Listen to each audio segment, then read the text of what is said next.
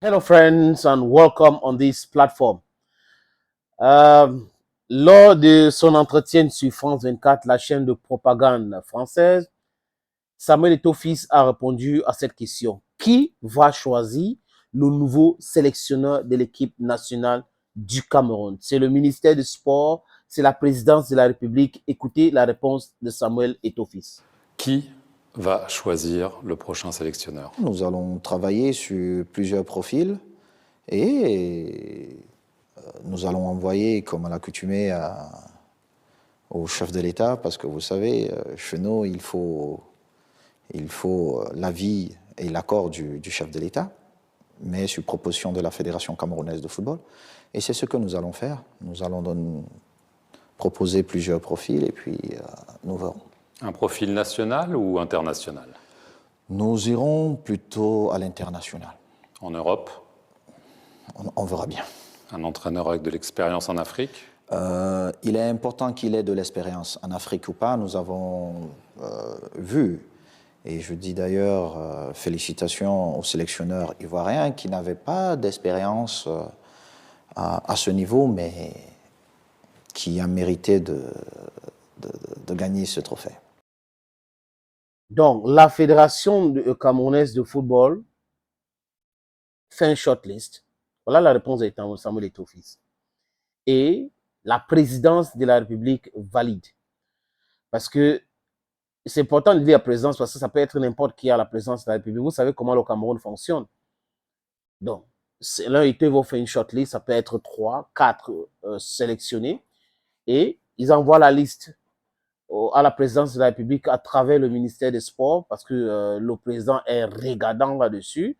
Tout peut échouer au Cameroun, mais il veut que la distraction continue. Donc, du coup, c'est lui qui sélectionne. C'est lui qui, avec l'expertise nécessaire de la fédération, va se dire, OK, si tous ces gars-là ont le même profil, nous préférons X ou Y.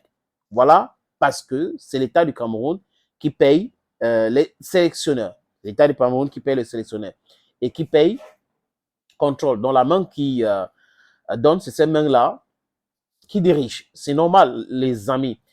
Et on comprend aujourd'hui comment c'est complexe les histoires de football au Cameroun, surtout football, parce que dans tous les autres domaines sportifs, c'est pas la même chose. C'est pas la même chose. Ils ne s'intéressent pas. Mais quand on parle de football et Lyon indomptable, donc l'équipe Fagnon, c'est là où tous les regards, parce que là, ça brasse les milliards et tout. Et vous savez que l'élite au Cameroun aujourd'hui qui est au pouvoir, qui gouverne depuis les indépendances donner aux gens qui n'ont jamais voulu de l'indépendance, ce qui les incombe, ce qui les intéresse, les amis, c'est de l'argent, l'argent, l'argent, l'argent. Et on soupçonne même certains d'être plus riches que nos pays. Maintenant, quel type de profil? Parce que là, il y a des noms qui sortent, il y a des images qu'on a vues. On a vu Samuel avec certains sélectionneurs, certains entraîneurs.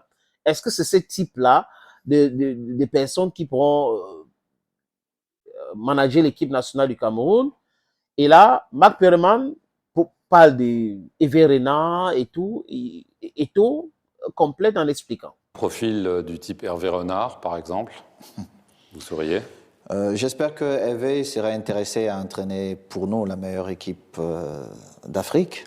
Donc on est d'accord que là, la fédération va proposer plusieurs entraîneurs, mais que vous ne vous laisserez pas imposer un entraîneur que vous n'aurez pas choisi.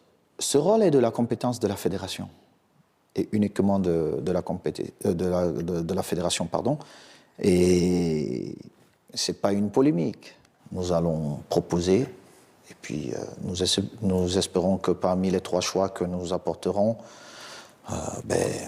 un des profils retiendra l'attention du premier sportif camerounais. Si Hervé Renard vient, why not? Hervé Renard a gagné la CAN avec la Zambie, il a gagné la CAN avec la Côte d'Ivoire. Donc en 2012 au Gabon, c'est lui qui gagne la CAN avec l'équipe de la Zambie.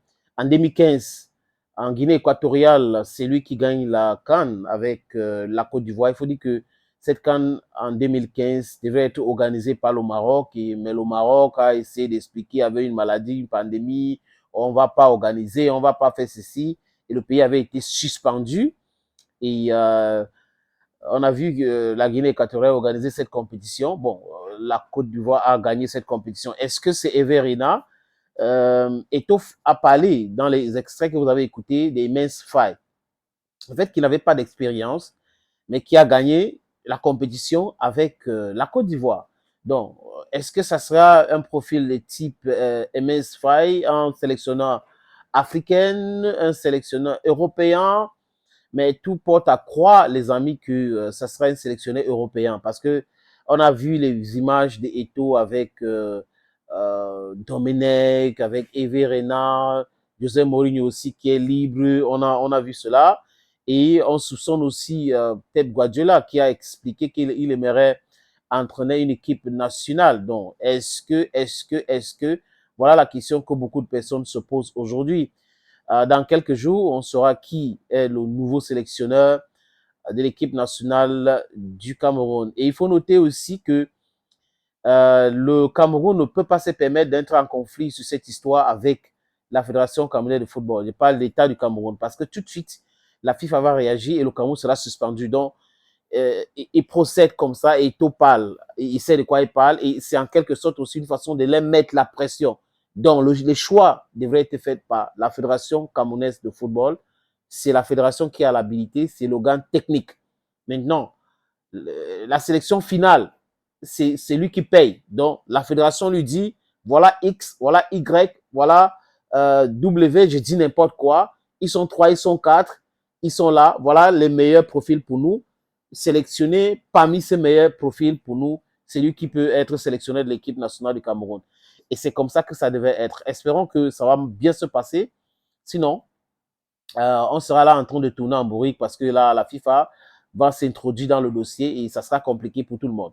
Surtout pour le gouvernement qui veut utiliser le football pour cacher l'état de la société, pour cacher les échecs cuisants dans beaucoup d'autres domaines. Thank you, friends. Thank you again and bye-bye.